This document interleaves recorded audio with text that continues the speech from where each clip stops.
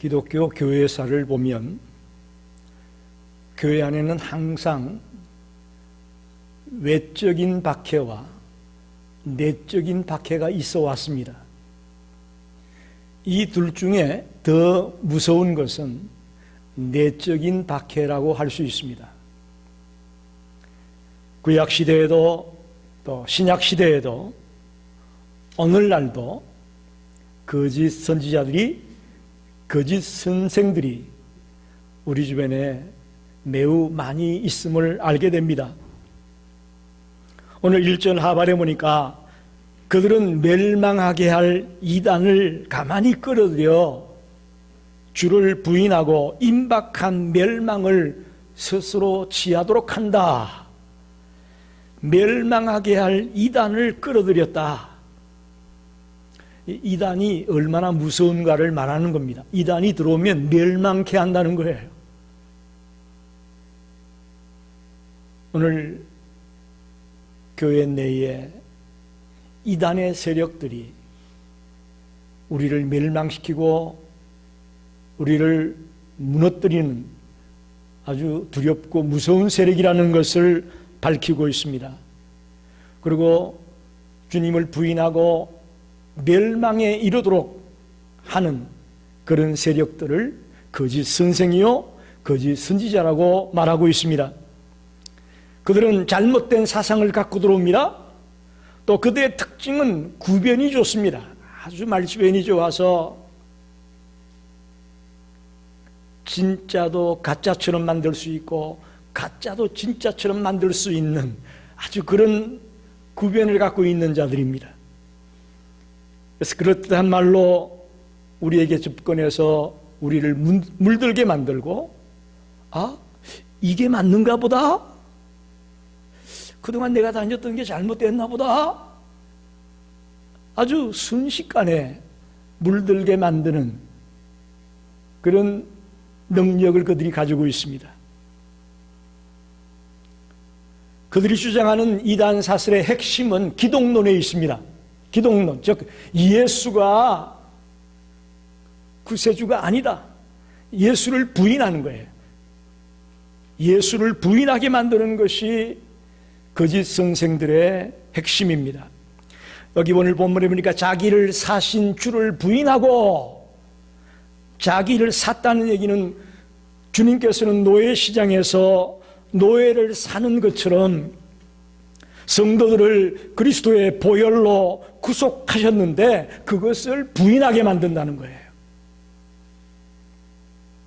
그래서 우리를 살리신 주님을 부인하게 하고 주님의 구원의 능력이나 주님의 재림을 부인하게 만드는 그런 자들이 거짓 선생입니다. 다시 말하면 한마디로 예수님이 우리의 구주가 되는 것을 믿지 못하게 하는 것이 거짓 선생들의 전략입니다. 지피지기면 백전백승이다, 그렇게 알고 있습니다.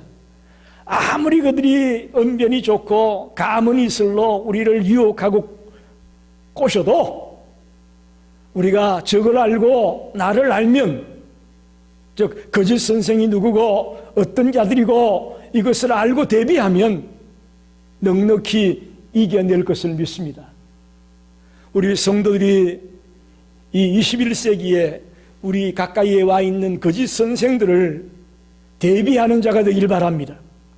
그래서 우리의 신앙이 흔들리지 아니하고 주님 오시는 그날까지 성경적인 신앙, 바른 신앙을 가지고 달려나가는 그런 성도들이 되기를 간절히 원합니다.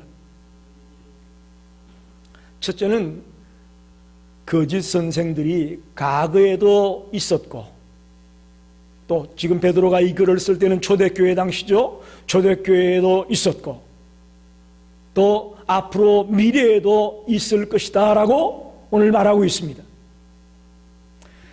먼저 구약의 거짓 선지자들, 거짓 선생들이 매우 많이 있었습니다. 그 중에 대표적인 인물을 꼽는다면 이스라엘 왕 아합과 유다 왕 여호사밧이 연합군을 이루어 가지고 아람과 전쟁을 할 때가 있었습니다.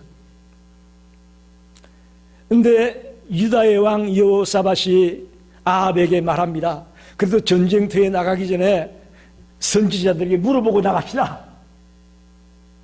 과연 우리가 전쟁을 하는 게 맞는지 안 맞는지 선지자들에게 물어보고 나갑시다. 그래서 선지자들에게 묻습니다. 그랬더니 참 선지자인 미가야가 나와서 하는 말이 올라가면 안 됩니다. 전쟁하면 안 됩니다. 전쟁하면 위험합니다. 라고 분명히 전쟁을 반대했습니다. 그때에 거짓 선지자 시드기야가 전쟁하면 우리가 무조건 이깁니다. 올라가십시오. 이렇게 얘기합니다. 그러자 미가야가 이렇게 말하죠.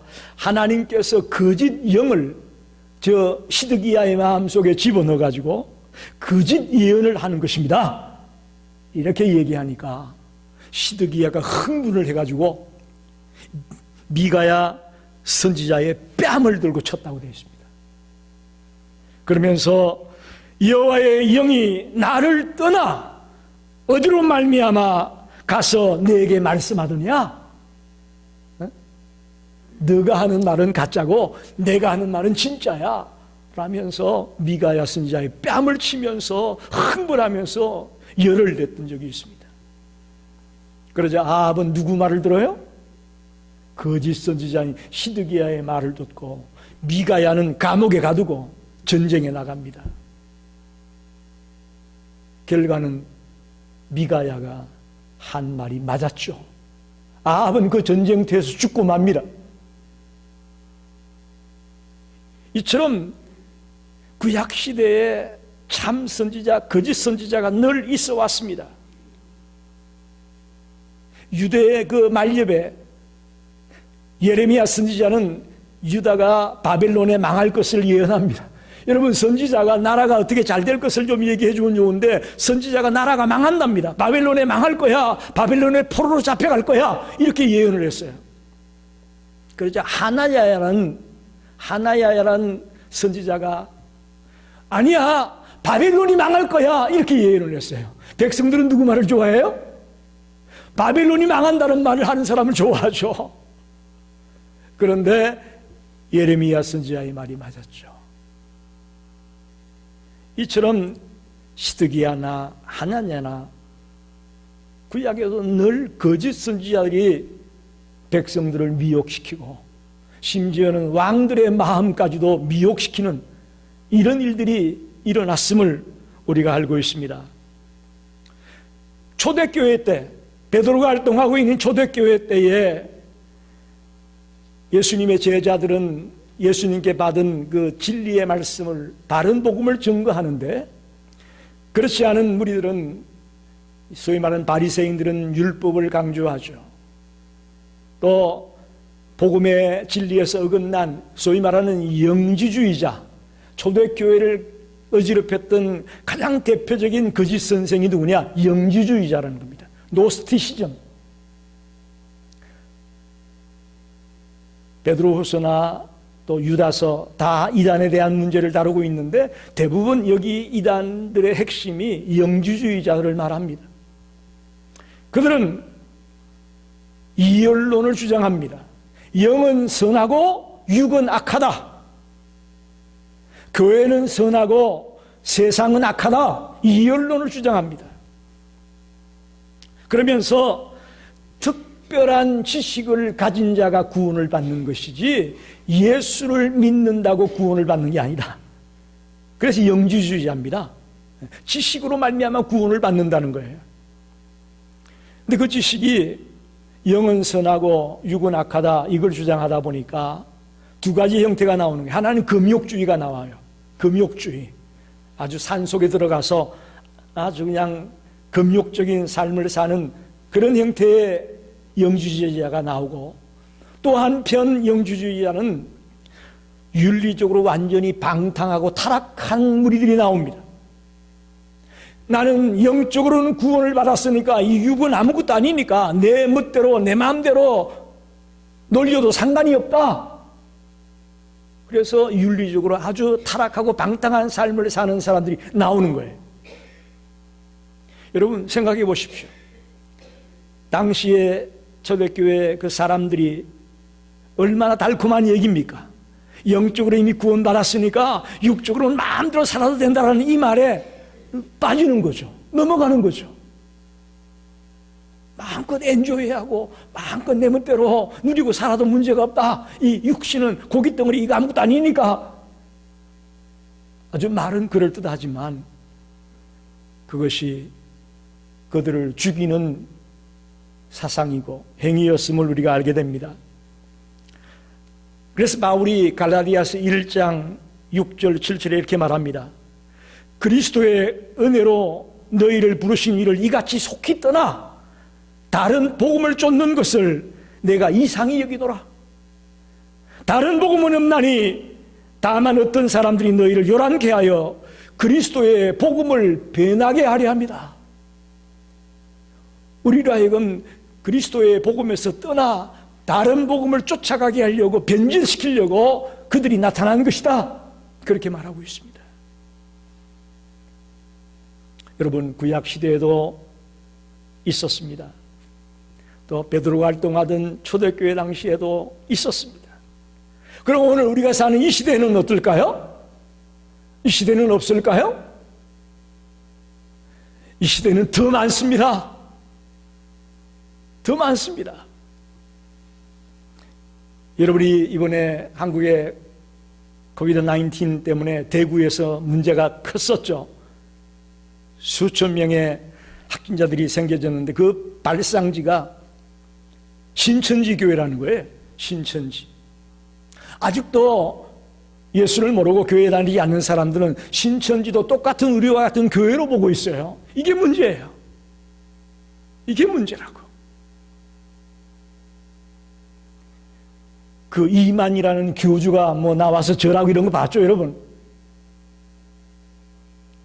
이 신천지는 예수의 성육신을 부인합니다. 또 신성을 부인합니다. 그리고 지상천국을 주장합니다. 그게 신천지라는 거예요. 영원한 하나님의 나라가 아니고 지상천국, 그게 신천지라는 거예요. 그리고 교주 이만희가 보혜사 성령이라고 주장을 합니다. 그런데 그 수십만 명이 쫓아가는 거 봐요, 여러분. 오늘날 여기 일반 교회 다니는 성도들하고 달라요. 아주 그냥 얼마나 사력을 다해 쫓아가는지 몰라요, 여러분. 무섭습니다. 특별히 젊은 아이들이 집을 나와가지고 거기서 기숙생활하면서 지내는 거 보세요. 부모가 아무리 애원을 해도 안 갑니다. 이 이단의 세력이 지금 우리 주변에, 우리 곁에 바로 와 있습니다. 구원파라는 거 들어봤습니까? 세월호 사건 때 그 세월호 오너인 유병현 씨, 그들이 다 구원파예요. 구원파에도 근신찬파가 있고 박옥수파가 있는데 그들은 다 구원을 받았는지 안 받았는지를 알려면 자기 교회에 와야 된다는 거예요. 여러분, 성경에 그런 게 있나요? 예수 그리스도를 나의 구주로 믿고 회개하고 거듭난 자면 구원받았다고 성경이 말하고 있지. 그 구원파 교회에 가야만 구원받은 자고 구원을 받았는지 안 받았는지 알 수 있다고 주장을 해요. 굉장히 교회와 비슷해 보이면서도 성경과는 동떨어져 있는 사상을 선포하는데도 불구하고 수많은 사람들이 그것을 쫓아가고 있다는 거예요. 베레아, 소위 말하는 김기동, 그것이 알고 싶다에 나왔었나요? 하여튼 그 베레아라고 하는 잘못된 거짓 선생들이 있는데 그들은 모든 병의 원인을 귀신으로 몰아갑니다. 하여튼 병만 걸렸다면 다 귀신 들어가서 병 걸린 거예요. 그래서 귀신을 쫓아내야만 병이 낫는다고 말합니다. 그러면 여러분, 바울이 몸에 육체에 가시가 있었는데 바울 몸에 귀신이 있는 거예요? 대답 좀 해봐요, 여러분. 그런데 이 베레아를 쫓아가는 무리들이 너무너무 많습니다. 아주 원어를 써가면서 성경을 잘 푸는 것처럼, 아주 잘 해석하는 것처럼, 똑똑한 것처럼 얘기하는데 실상은 깊이 들어가 보면 성경하고는 동떨어진 얘기를 하고 있음에도 불구하고 수많은 사람들이 거기 빠진다는 거예요. 요즘은 좀 시들하지만 통일교, 그들은 성경을 각색한 원리 강론이라는 책을 갖고 있습니다. 그래서 문선명이를 재림 예수라고 얘기합니다. 예수는 실패했다. 그래서 재림 예수가 와야 되는데 그 재림 예수가 문선명이다 라고 주장하는 게 통일교예요. 오늘날도 시카고에 와 있음에도 불구하고 여호와의 증인이 우리 집에 쫓아와요? 여러분 집에도 안 오던가요? 어떻게 알고 우리 집에 쫓아오더라고? 그래서 깨어라, 파수대 이런 책을 건네주면서 뭔가 복음을 전하려고 애를 씁니다. 한마디로 말하면 여호와의 증인이란 삼위일체 하나님을 부인하는 겁니다. 그래서 여호와의 증인이에요. 삼위일체 하나님을 믿지 않습니다. 이처럼 우리 21세기 이 시대에도 구약 시대보다 초대교회 때보다 훨씬 더 많은 이단들이 우리를 삼키려고 으르렁거리고 있습니다. 그들은 갖은 아침과 공교한 말로 그리스도의 복음을 흔들어 놓습니다. 그래서 우리가 정신 차리지 않으면, 분별력이 없으면 이게 옳은지 저게 옳은지를 분별할 수 없을 만큼 교묘하게 파고 들어오는 거예요. 특히 신천지는 일반 기성교회 교인들을 보내어가지고 그 교회 안에 목사에게 좀 불만을 가진 사람들, 또 교회에 뭔가 좀 불만이 있는 사람들을 붙드는 거예요. 이게 어떻게 보면 전도 대상자로 낙인을 찍는 거예요. 그래서 교회를 흔들어 놓고 교회를 분열시켜 놓고 거기 나온 사람들을 신천지로 끌고 들어가는 아주 무서운 세력을 우리가 알고 있습니다. 성경은 분명히 말씀합니다. 이런 이단 사슬을 유포하는 자들을 죽이라고 말합니다. 신명기 13장 5절에 그 선지자나 꿈꾸는 자는 죽이라. 거짓 선지자, 거짓 선생들을 죽이라고까지 말합니다. 왜 그럴까요? 그만큼 무서운 존재이기 때문에 그런 거예요. 그냥 놔뒀다간 큰일 나기 때문에 그러는 거예요.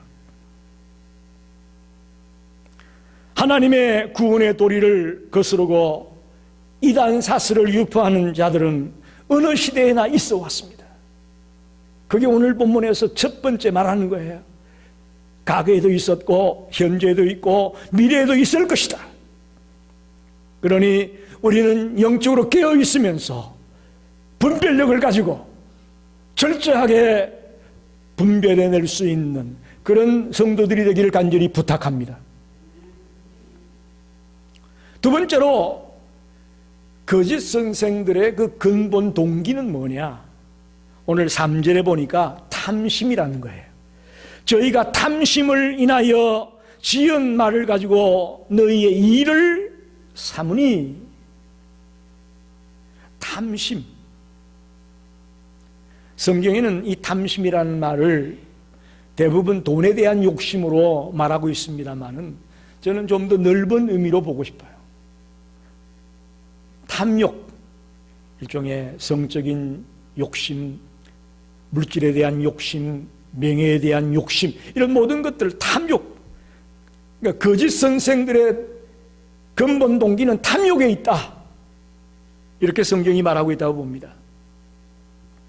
여러분, MBC에서 방영하는 PD수첩, 또 SBS에서 방송하는 그것이 알고 싶다, 그런 프로의 단골 메뉴가 요즘 이상하게 목사, 신부, 스님이 되고 말았어요. 참 안타깝습니다.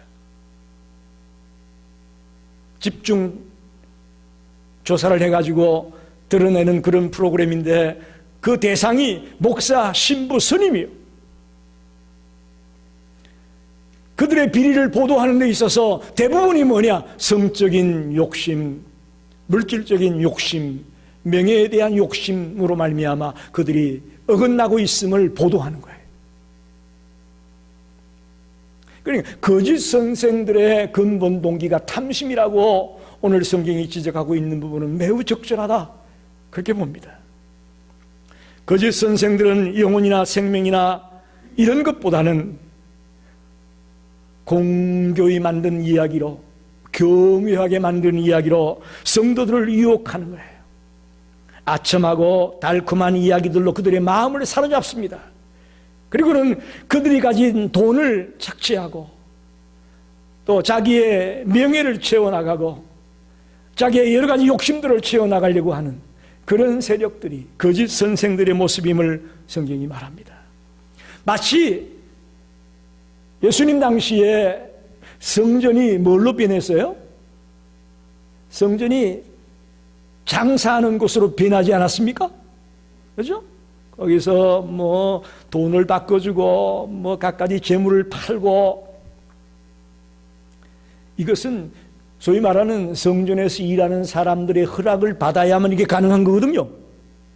제사장이나 이런 사람들의 허락을 받아야만 그곳에서 할 수 있는 일인데, 그에 성행했다는 이야기는 유대 지도자들이, 유대 종교 지도자들이 성전에서 갖가지 장사를 하게끔 했다는 얘기는 그들의 이면에 탐심이 가득했다는 것을 말합니다. 뒤로 다 돈을 챙기면서 그런 성전이 더럽혀지도록 방치했다, 이런 말이에요. 초대교회의 소위 말하는 종교 지도자들이 근본 동기가 탐심이었다면 오늘날의 이 거짓 선생들도 동일한 모습을 가지고 있었다, 이렇게밖에 우리가 설명할 수 없습니다. 사랑하는 성도 여러분, 주님은 한 생명을 위해서 자신의 모든 전폭을 쏟아부었던 분입니다.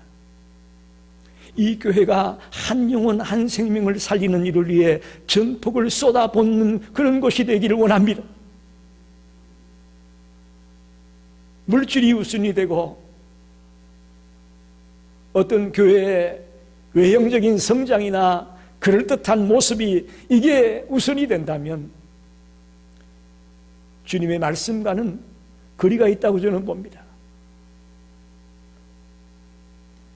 교회 안에는 많이 배운 사람도 있습니다. 못 배운 사람도 있습니다. 부자도 있습니다. 가난한 자도 있습니다. 건강한 사람도 있습니다. 병든 자도 있습니다. 어느 누구나 다양한 사람들이 이곳에 올 수 있습니다.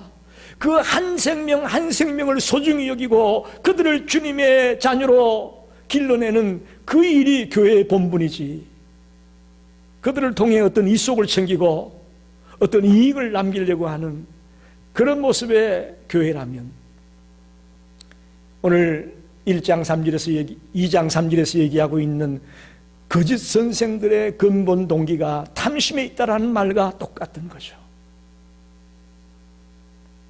여러분들이 아첨하는 말로, 교묘한 말로 여러분을 유혹할 때에 정신을 바짝 차리시고 분별하게 되기를 바랍니다. 마지막으로 오늘 4절부터 마지막까지 나오는 말씀은 거짓 선생들에게는 심판이 있다는 겁니다. 한번 따라합시다. 거짓 선생들에게는 심판이 있다. 베드로는 세 가지 예를 들고 있습니다. 이그잼플을 보여주고 있어요. 거짓 선생들이 심판받은 예를 세 가지로 설명하고 있는데, 첫째는 천사들이 교만하고 반역했다가 심판받는 것을 예를 들고 있습니다. 천사는 하나님의 피조물 가운데 가장 거룩한 존재로 만들어진 피조물입니다. 그런 그 천사들이 범죄했습니다. 하나님과 똑같이 되려고 하는 그런 범죄의 자리에 들어가게 됩니다. 그때 하나님이 어떻게 합니까? 가차없이 그들을 심판하신다는 거예요. 이사야 14장 12절에서 20절에 이 천사의 타락에 대한 얘기가 아주 잘 나와 있는데, 거룩하게 지음받은 천사 중에 일부가 이렇게 말합니다. 내가 가장 높은 구름에 올라가 지극히 높은 이와 같이 하리라. 이런 마음을 품어요. 지극히 높은 이와 내가 같이 되겠다, 이런 마음을 품습니다. 하나님의 근위에 도전하는 거죠. 그러자 하나님께서 그냥 버리지 아니하시고 14장 15절에 이렇게 말합니다. 그러나 이제 내가 스올 곧 구덩이의 맨 밑에 떨어짐을 당하리로다. 음부의 맨 밑바닥에 떨어질 것이다 라고 교만했던 전사들을 심판하는 말씀이 기록되고 있습니다. 여러분, 아무리 존귀한 자고 아무리 거룩한 자라고 할지라도 범죄했을 때는 하나님은 가차없이 심판하는 것을 우리에게 말하고 있습니다.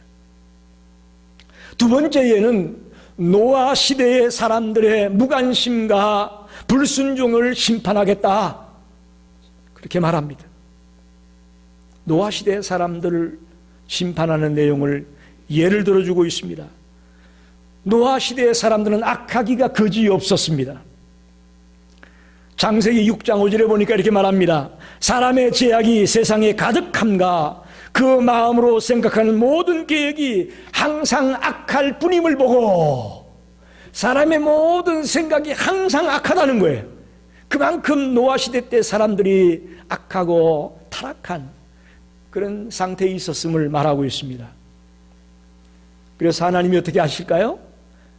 사람 지으셨음을 한탄했다, 그렇게 말합니다.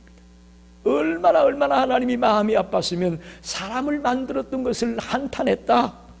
창세기 6장 7절에 내가 창조한 사람을 내가 지면에서 쓸어버리되 사람으로부터 각축과 기는 것과 공중의 새까지 그리하리니 이는 내가 그것을 지었음을 한탄함이라.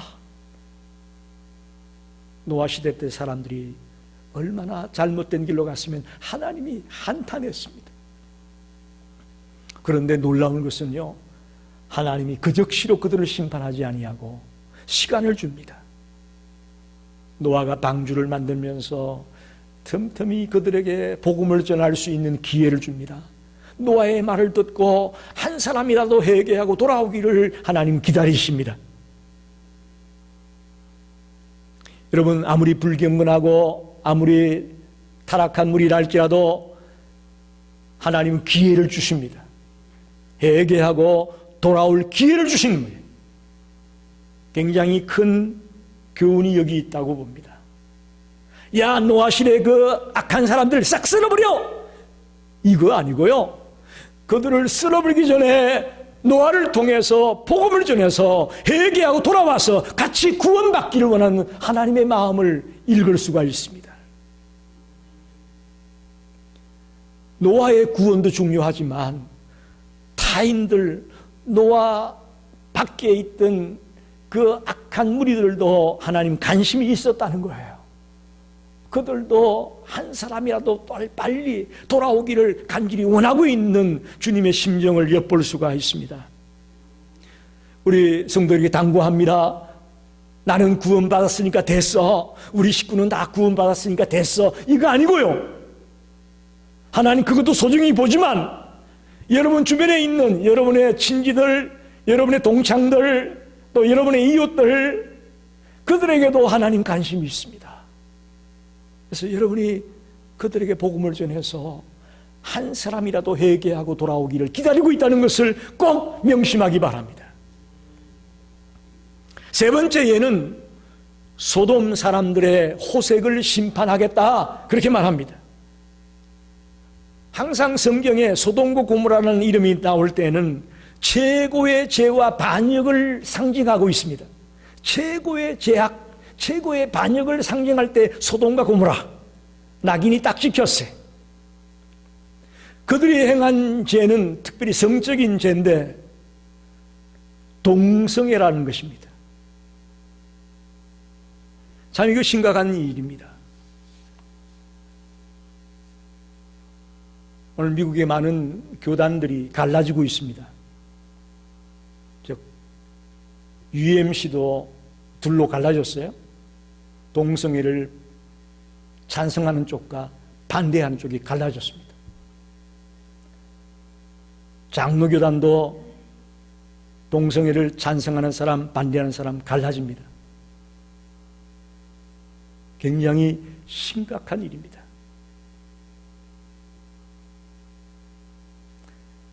하나님과 그분의 법을 완전히 무시하는 행위를 했던 자들이 소돔 고모라 성의 사람들이었습니다. 그래서 하나님은 그 도성을 유황불로 멸망을 시키는, 불덩이로 그냥 태워버리는 무서운 심판을 하신 것입니다. 그래서 요즘 현대인들에게 보조를 맞추는 그런 설교를 하려고 하는 사람들은 동성애를 허락하는 듯이, 동성애도 뭐 병이니까 받아줘야 된다는 듯이 이렇게 얘기하는 분들이 많이 있습니다. 그러나 분명히 우리는 성경이 무엇을 말씀하는지를 알아야 됩니다. 그들을 그저 정죄하고 멀리하기만 하라는 것은 아니고요, 그들이 진정 깨닫고 바르게 돌아올 수 있도록, 바른 길로 갈 수 있도록 이끄는 역할을 우리가 해야 될 것입니다. 그래서 정말 성경적으로 돌아올 수 있는 그런 우리의 이웃들이 되기를 간절히 원합니다. 그래서 후대에 경건치 않은 사람들, 즉 거짓 선생의 자리에 놓여 있는 자들 꼭 심판하겠다는 거예요. 천사들도 노아 시대 때 사람들도 소돔 고모라의 사람들도 심판했듯이 후대에도 거짓 선생의 자리에 빠지고 불의한 자리에 빠져 있는 자들은 하나님이 분명히 심판하겠다, 이걸 말씀하는 거예요. 그래서 우리는 21세기를 살면서 더 경건한 삶을 살려고 애써야 됩니다. 더 거룩한 삶을 살면서 거짓 선생에 물들지 아니하고 불의에 타입하지 않는 삶을 살려고 몸부림을 치는 자가 되어야 됩니다. 아이작 뉴턴을 아시죠? 만유인력의 법칙을 발견한 아이작 뉴턴은 정말 뛰어난 과학자임에도 불구하고 동시에 그는 뜨거운 믿음의 사람이었습니다. 많은 믿음의 후배들에게 본을 보인 사람인데, 특별히 그는 삶이 힘들고 어려울 때마다 골방에 들어가서 기도하는 삶을 살았던 인물로 알려져 있습니다. 그의 고백이 이런 고백이 있습니다. 나는 과학자로서 늘 전체 망원경을 들여다본다. 그래서 하늘의 별들을 관찰한다. 그러나 동시에 나는 자주 골방에 들어가서 전지를 지으신 하나님 앞에 내가 무릎을 꿇는다. 그러면 이 세상에 어떤 망원경으로 볼 수 없는 놀라운 하나님의 영광을 내가 보게 된다. 그러면서 기도는 보이지 않는 세계를 볼 수 있는 영적인 망원경이다. 저는 기도에 대한 표현 가운데 이런 표현도 있구나라는 걸 알게 됐습니다. 기도는 영적인 망원경이라고 그는 표현합니다. 정말 과학자다운 표현이에요. 저와 여러분이 무릎을 꿇음으로 기도의 삶을 통해서 영적인 망원경을 갖게 되기를 바랍니다. 그 망원경은 하나님의 영광을 보는 망원경이랍니다. 우리가 이 땅에 아무리 힘들고 어려워도 하나님의 영광을 본다면 뭐가 두렵겠습니까? 뭐가 안타깝겠습니까? 문제는 우리가 하나님의 자녀임에도 불구하고 하나님의 영광을 놓치는 거예요. 자꾸 놓쳐요. 그러니까 실망하고 낙심하고 한숨 쉬고 혀를 차고 불평이 나가죠. 우리가 교회에 있든지 가정에 있든지 직장에 있든지 사업장에 있든지 어디 가든지 간에 하나님의 영광을 본다면 우리 앞에 문제될 것이 없습니다. 그건 무릎으로 기도로 영적인 망원경을 소유할 때 보는 거예요. 하나님은 우리에게 거짓 선생을 따르지 말고 경건한 삶을 살라고 요구합니다. 그 경건한 삶을 사는 자에게는 하나님의 영광을 보여주겠다고 말하고 있습니다. 말씀을 정리합니다. 9절 10절에 보면 결론은 간단합니다. 경건한 자는 시험에서 건질 것이고 불의한 자는 형벌 아래 두어 심판받게 하겠다, 그런 말이에요. 거짓 선생의 유혹에 넘어가서 불의한 길로 들어가면 심판받을 것이고, 거짓 선생들이 아무리 우리를 유혹해도 경건하게 바르게 달려가려고 하는 사람에겐 하나님의 축복이 있고 하나님이 그들을 보호해 주겠다, 그것이 결론입니다. 여러분, 노아 시대 때 사람이다 물에 빠져 죽고 말았지만 노아의 8 식구는 살림을 받지 않습니까? 그죠? 소돔 고모라의 그 수많은 사람들이 불구덩이에 비참하게 죽어갔지만 롯은 살림을 받습니다. 명확한 진리입니다. 경건한 자들을 건지겠다는 이 하나님의 약속은 진리임을 믿습니다. 가짜를 조심합니다. 오늘 설교 제목이 거짓 선생을 조심하라. 가짜를 조심해야 됩니다. 요즘 언론도 가짜 뉴스 때문에 난리죠. 가짜 뉴스 때문에.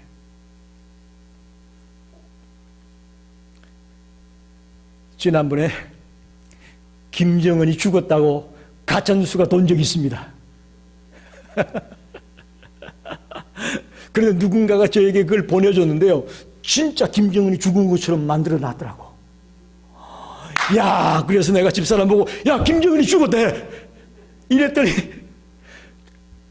집사람은 그래도 지혜가 있어요. 빨리 뉴스 틀어봐, 뉴스 틀어봐. 뉴스를 틀어봤는데 안 죽었대.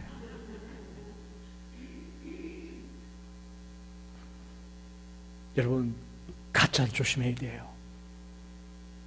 지금 정치판도 가짜가 판을 치고, 경제계도 가짜가 판을 치고, 심지어 교회 안에도 가짜가 판을 칩니다. 가짜를 조심해야 돼요. 거짓 선생을 조심해야 돼요. 왜? 그들은 우리를 삼키려고 어르렁거리고 있단 말입니다. 그들은 그저 우리를 그냥 두기 싫은 거예요.